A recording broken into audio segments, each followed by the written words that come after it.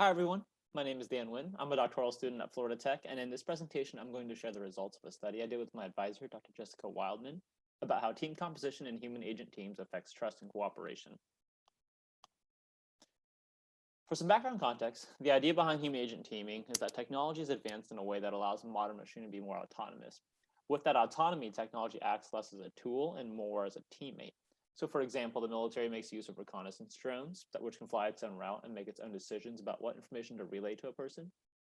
Search and rescue teams use robots that can access hazardous environments that people can't and coordinate to help out victims during a crisis. And even within manufacturing, we now have robotic arms which can predict the next step of the building process and work in conjunction with builders to move a project forward. In spite of the rising popularity of human agent teams, though, there's a consistent issue with people not cooperating with agents. They don't really treat them as a teammate or work with them to meet the team's subordinate goals. So the purpose of the current study is aimed at addressing this teaming problem by experimentally looking at how team composition may be a possible point of intervention to influence a human team member's cooperative intention. Team composition can refer to many different qualities about the constitution of a team, but to get a foothold on human agent team composition, we chose to study team composition categorically to allow us to begin comparing how the ratios of humans and agents in a team affect it. Thus, we have three categories which represent these three different ratios. So we have the agent majority, in which there are more agents than humans. We have the balanced condition, in which there are the same number of humans and agents in the team. And then we have human majority teams, in which there are more humans than agents. And here's our study model. In short, we believe that the trust that a person holds towards the entire team is how team composition can affect a person's intention to cooperate with their agent teammates. And our first hypothesis to start unpackaging this model looks at how team composition affects the trust that a person has towards their team. In short, we believe that a person will trust the team more when there are more humans, because self-categorization theory tells us that people categorize a group into smaller subgroups and then identify with one. And social identity theories tell us that people tend to display favoritism towards that in-group they identify with. And so in human agent teams, this human agent dichotomy is rather salient. And so when they're in-group, fellow humans, constitutes the majority of the team, they're going to trust the team more. Whereas whenever the outgroup constitutes the majority, they're going to trust the team less. And then the second hypothesis we have is that a person's trust towards the team should then predict their intentions to cooperate with their agents. And this is because the theory of planned behavior links attitudes, and in this case, trust, to behavioral intentions. While multi-level theory tells us that the attitudes towards an entire team are linked to each of its members, through top-down influences. And so together, this would suggest that how much a person trusts their team as a whole will also predict how much they intend to work with their team members. And so taking these two hypotheses in concert, what we basically posit that team composition affects cooperative behavioral intention through a person's trust towards their team. To test these hypotheses, we used an experimental vignette methodology in which we had MTurk workers read through hypothetical scenarios about a human-robot military team they're in. And you can see the demographics of our 226 participants here on the right. But one inclusion criteria that's important to understanding our sample is that we did require military experience because we believed it was important that the responses to this military team vignette shared some kind of shared framework experience. And so mixing civilian and military samples would likely created a broad range of responses that would have actually been due to differences in individual experience rather than differences in the focal variables that we're trying to tap into. Procedurally, what we did was we randomly assigned participants to one of three different vignettes that correspond to the team composition categories, right? The agent majority, the balance, and the human majority. Otherwise, each vignette was the same in that it consisted of three scenarios.